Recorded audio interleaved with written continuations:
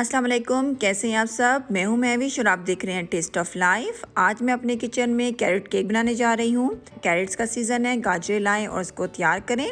और आज की वीडियो में मैं आपको फॉन्डेंट वर्क भी सिखाऊंगी कि कैसे आप फॉन्डेंट से ईटेबल कैरेट्स तैयार कर सकते हैं। तो वीडियो को पूरा देखिएगा ताकि कोई बात, कोई स्टेप आपका मिस ना हो। तो चलें आए रेसिपी स्टार्ट कर लेते हैं। कैरेट केक बनाने के लिए सबसे पहले हम जो केक है वो तैयार कर लेते हैं। केक बनाने के लिए हमें 3 अंडे चाहिए होंगे। अंडे आपके ठंडे नहीं होने चाहिए, इस चीज़ का आप ख्याल रखा करें बेकिंग में। और यहाँ पर देखिए हाफ कप मेरे पास चीनी है, जिसमें मैंने 1/4 कप ब्राउन शुगर और 1/4 कप वाइट शुगर दोनों मिक्स करके पहले से रखी हुई है। आप चाहें तो आप खाली ब्राउन शुगर का इस्तेमाल भी इस केक में कर सकते हैं। इन दोनों चीज़ों को अच्छी तरह से मिक्स कर लेंगे। आप देख सकते हैं अंडे और चीनी हमारी बहुत अच्छी तरह से मिक्स हो चुकी है, बिल्कुल ये वाइट और फ्लफ़ी हो चुके हैं। अब हम इसमें 3/4 कप ऑयल ऐड कर देंगे। इस केक में ऑयल ही डलता है, आपने ऑयल का ही इस्तेमाल करना है। बटर या घी का इस्तेमाल बिल्कुल भी ना करिएगा, क्योंकि हमने इसके ऊपर आइसिंग करनी है। तो फिर ये बहुत हैवी केक हो जाएगा, खाने में बिल्कुल भी मज़े का नहीं लगेगा। तो इस चीज़ का आप ख्याल रखिएगा। ऑयल भी हमारा बहुत अच्छी तरह से मिक्स हो गया है। अब यहाँ पर देखिए 1/4 कप मेरे पास मैदा है, ये डालेंगे। 1/4 टीस्पून बेकिंग सोडा डालेंगे। 1 टीस्पून दालचीनी का पाउडर है मेरे पास, ये डालेंगे। 1 टीस्पून बेकिंग पाउडर का इस्तेमाल करेंगे। आप चाहें तो इसमें अदरक पाउडर भी ऐड कर सकते हैं, लेकिन मैं ऐड नहीं कर रही हूँ। अच्छी तरह इसको छान लेंगे। यहाँ पर देखिए हाफ कप मेरे पास अखरोट है, जिन्हें मैंने फाइन चॉप्ड किया हुआ है, ये ऐड करेंगे। 2 कप हमारे पास गाजरें हैं, जिनको कद्दूकश करके मैंने पहले से रखा हुआ है, ये ऐड करेंगे। इन सब चीज़ों को अच्छी तरह बीट कर लेंगे। ज़्यादा मिक्स नहीं करना है, क्योंकि ओवर मिक्सिंग भी आपके केक को ख़राब कर देती है, इस चीज़ का ख्याल रखिएगा। केक का जो बैटर है वो हमारा तैयार हो चुका है। इलेक्ट्रिक बीटर को हम साइड पे रख लेते हैं। और यहाँ पर देखिए मेरे पास बेकिंग पैन है, जिसको मैंने पहले से ग्रीस कर रखा हुआ है, और बटर पेपर मैंने इस पर अटैच कर दिया था ताकि केक को निकालना हमारे लिए आसान हो। इस पैन में हम अपने केक का बैटर ऐड कर देंगे। पैन्स को किस तरह प्रॉपरली ग्रीस किया जाता है, इस पे डिटेल में वीडियो मैंने बनाई है, आप जाकर मेरे चैनल पर चेक कर सकते हैं। बहुत इन्फॉर्मेटिव है, आपको बहुत फ़ायदा होगा। अब इसको मैं बेक करने के लिए रख देती हूँ 180 सेल्सियस पे 45 मिनट के लिए। केक हमारा बेक हो चुका है, आप देख सकते हैं कितना प्यारा नाइस कलर इस पर आ चुका है। अब इसको 15 मिनट के लिए ज़रा ठंडा होने देते हैं, फिर हम आपको इसको पैन से निकाल कर दिखाते हैं।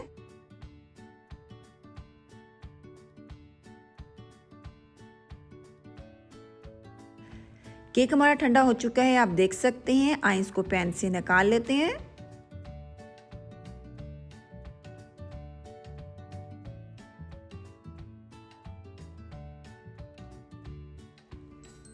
केक को काटने के लिए हमेशा ब्रेड नाइफ जो होती है इसका इस्तेमाल किया करें। देखने में कुछ इस तरह की होती है, इससे बहुत अच्छा आपका केक कट होता है।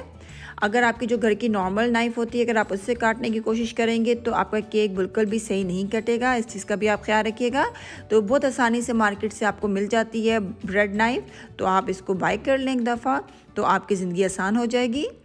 तो आप देख सकते हैं केक को मैंने कट कर लिया है, इसको साइड पर रख लेते हैं। आए अब हम अपनी आइसिंग तैयार करते हैं।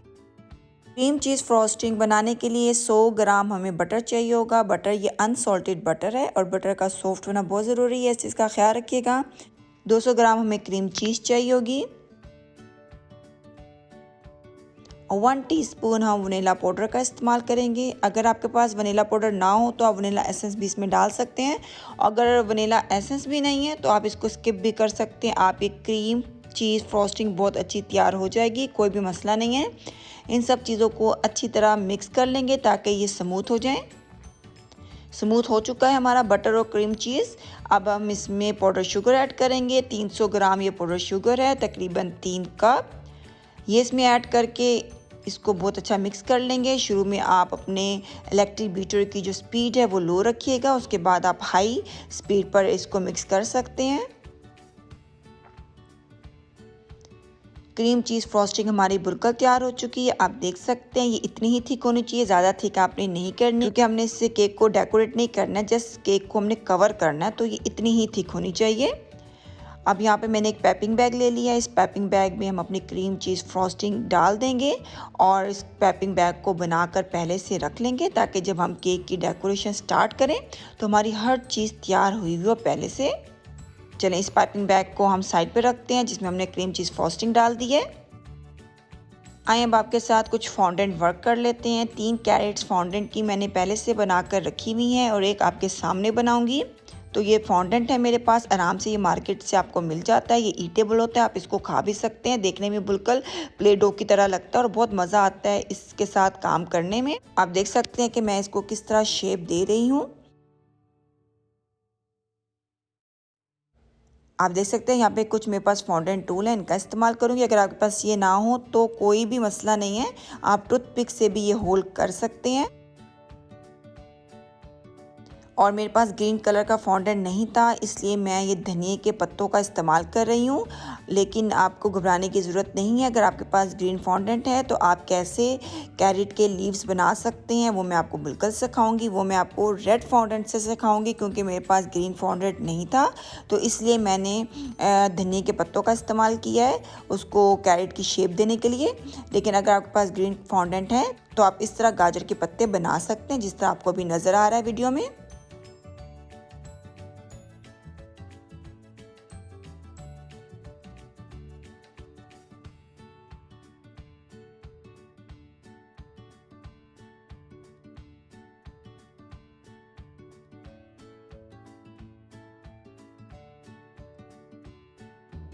आप देख सकते हैं कितनी अच्छी हमारी ये कैरेट तैयार हुई है। मैंने रेड पत्ते बनाए हैं, आप ग्रीन पत्ते बना लीजिएगा अगर आपके पास ग्रीन फॉन्डेंट हो तो चलिए हमारा फॉन्डेंट वर्क भी कंप्लीट हो चुका है। आए अब केक की डेकोरेशन की तरफ चलते हैं, क्योंकि सब चीज़ें हमारी तैयार हो चुकी हैं। हर किसी के पास केक टेबल नहीं होती है जिस पे केक को डेकोरेट किया जाता है। तो मेरे पास भी थी लेकिन मेरी ख़राब हो गई, तो इसलिए आज मेरे पास भी नहीं है। तो बिल्कुल भी घबराने की ज़रूरत नहीं है। तो आप क्या करेंगे, एक बाउल ले लेंगे और ऐसा बाउल लीजिएगा जिसकी जो है इस तरह बॉर्डर बना हुआ हो। इसके ऊपर आप अपनी प्लेट रख लें जिस पे आपने केक को डेकोरेट करना है। तो आप देखें कितने आराम से आप इसको केक को डेकोरेट बिल्कुल कर सकते हैं केक टेबल के बग़ैर। आए केक को डेकोरेट करना स्टार्ट करते हैं। फ्रॉस्टिंग को मैं इसी तरह हमेशा पाइपिंग बैग में डाल के केक को कवर करती हूँ, तो बहुत आसानी हो जाती है। हाथ भी गंदे नहीं होते, किचन भी गंदा नहीं होता है। लेकिन अगर आपके पास पाइपिंग बैग ना हो तो आप किसी भी चमची की मदद से या नाइफ़ की मदद से केक को कवर बिल्कुल कर सकते हैं। और नाइफ़ की मदद से हम अपनी आइसिंग पर इस तरह के निशान लगा लेंगे। बहुत ही आसान तरीके से आज का केक बनाने की मैंने कोशिश किया है, ताकि वो सारे मेरे व्यूवर्स जिनके पास बेकिंग टूल्स नहीं होते हैं वो इस केक को भी तैयार कर सकें और इन्जॉय कर सकें अपनी फैमिली के साथ। बिल्कुल भी मैंने कोई टूल यूज़ नहीं किया है, इवन जो केक टेबल होती है वो भी मैंने यूज़ नहीं किया आज की वीडियो में। और केक को डेकोरेट करने के लिए भी मैंने नाइफ़ का इस्तेमाल किया है। फॉन्डेंट वर्क के लिए जो टूल्स मैंने यूज़ किए थे उसकी जगह पे आप टूथपिक का इस्तेमाल बिल्कुल कर सकते हैं, तो आपकी कैरेट्स बिल्कुल अच्छी सी तैयार हो जाएंगी। तो ये था मेरा आज का कैरेट केक। अगर आपके पास फॉन्डेंट नहीं है तो आप फॉन्डेंट वर्क बिल्कुल भी ना करें, आप अखरोट से भी इस केक को बहुत अच्छा डेकोरेट कर सकते हैं। तो उम्मीद करती हूँ आज की ये रेसिपी आपको अच्छी लगी होगी। इंशाल्लाह नेक्स्ट टाइम मिलेंगे एक नई रेसिपी के साथ। अपना बहुत ख्याल रखिएगा, मुझे दुआ में याद रखिएगा। अल्लाह हाफिज़।